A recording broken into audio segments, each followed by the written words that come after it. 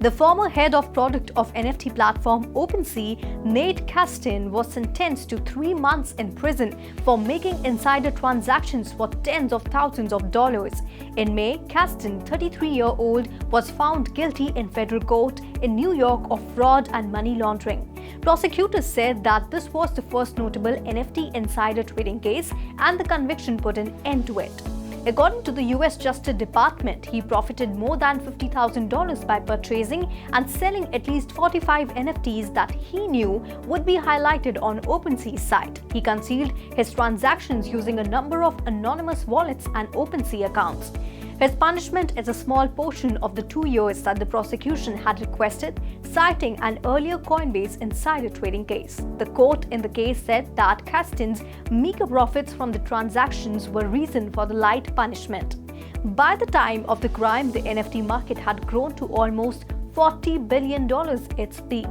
After serving his time in jail, Kastin will have 3 years of supervised release and an additional 3 months of home confinement, according to DOJ. During a court hearing on Tuesday, Sam Bankman-Fried once more entered a not guilty plea to fraud and money laundering charges related to the fall of his cryptocurrency business FTX last year. The founder of FTX was charged in the Southern District of New York courtroom following the filing of a fresh indictment that claimed he had utilized client cash for everything from political donations to the purchase of personal real estate. Prosecutors said they couldn't pursue the charge specifically because of treaty responsibilities with the Bahamas, so they incorporated a campaign financing charge into other claims.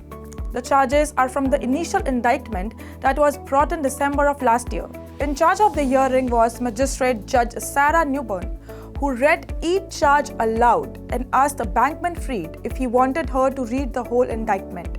He replied in the negative before asking how he pled. Bankman-Fried was present in his first court appearance since losing his bail earlier this month. The trial of Bankman-Fried is scheduled to begin in early October. Late on Monday, the prosecution and defense teams submitted draft jury instructions outlining the recommendations for the judge's explanation of the charges and accusations to the jury. BNB, a native token of the world's largest crypto exchange Binance, hit its lowest in more than a year following a news report regarding fresh risk over Russia sanctions added to already mounting regulatory and legal pressure on the company.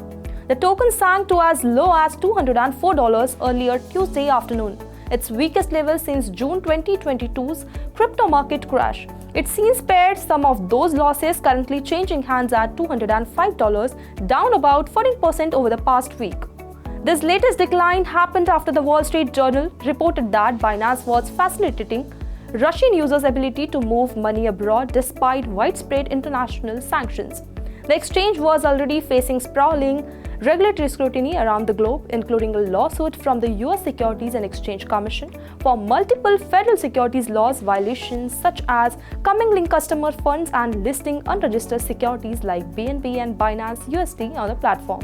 Risk around Binance weigh heavily on BNB, which is the fourth largest cryptocurrency with $32 billion market value and powers the BNB chain network, formerly known as Binance Smart Chain.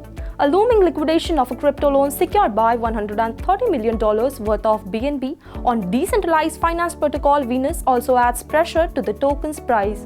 BNB chain is coordinating with Venus to dismantle the loan in an orderly fashion to avoid cascading liquidation and unnecessary damages to the market, according to a Venus governance vote.